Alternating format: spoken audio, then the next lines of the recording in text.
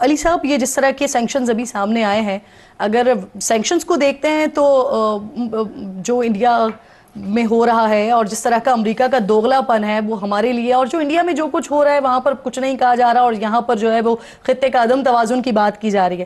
لیکن میں اگر ایک پاکستانی کے لینس سے دیکھ رہی ہوں تو میرے لیے تو یہ بڑے پراؤڈ کی بات ہے سر کہ جس امریکہ سے ساری دنیا ڈرتی ہے وہ پاکستان سے ڈر رہا ہے سر.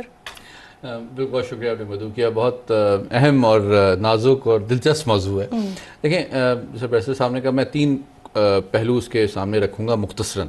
اس کا ایک سیاسی پہلو ہے امریکہ کی داخلی سیاست کا بھی، دوسرا اس کا تصویراتی پہلو ہے، اور تیسرا ٹیکنیکل پہلو ہے. یہ تینوں چیزیں سامنے رکھنا جامع انداز میں ضروری ہے.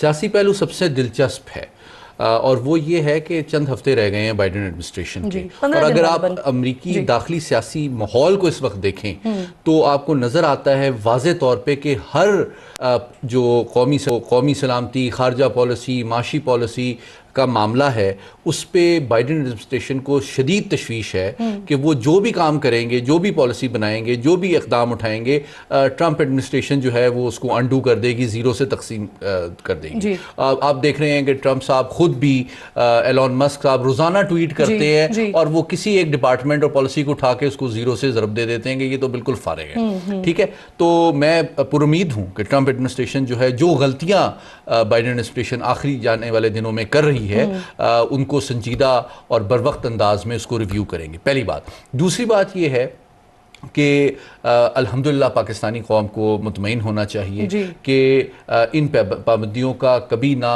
کوئی اثر ہماری تصویریت پر، دفاعی قوت پہ پڑا ہے اور نہ انشاءاللہ پڑے گا. دوسری بات یہ ہے کہ جو اس کا تصویراتی پہلو ہے وہ واضح کرنا اس لیے ضروری ہے کہ یہ جو سینکشنز امریکہ کی جانب سے چند اداروں کے حوالے سے لگائی گئی ہیں تو اس پہ فرق کیوں نہیں پڑتا.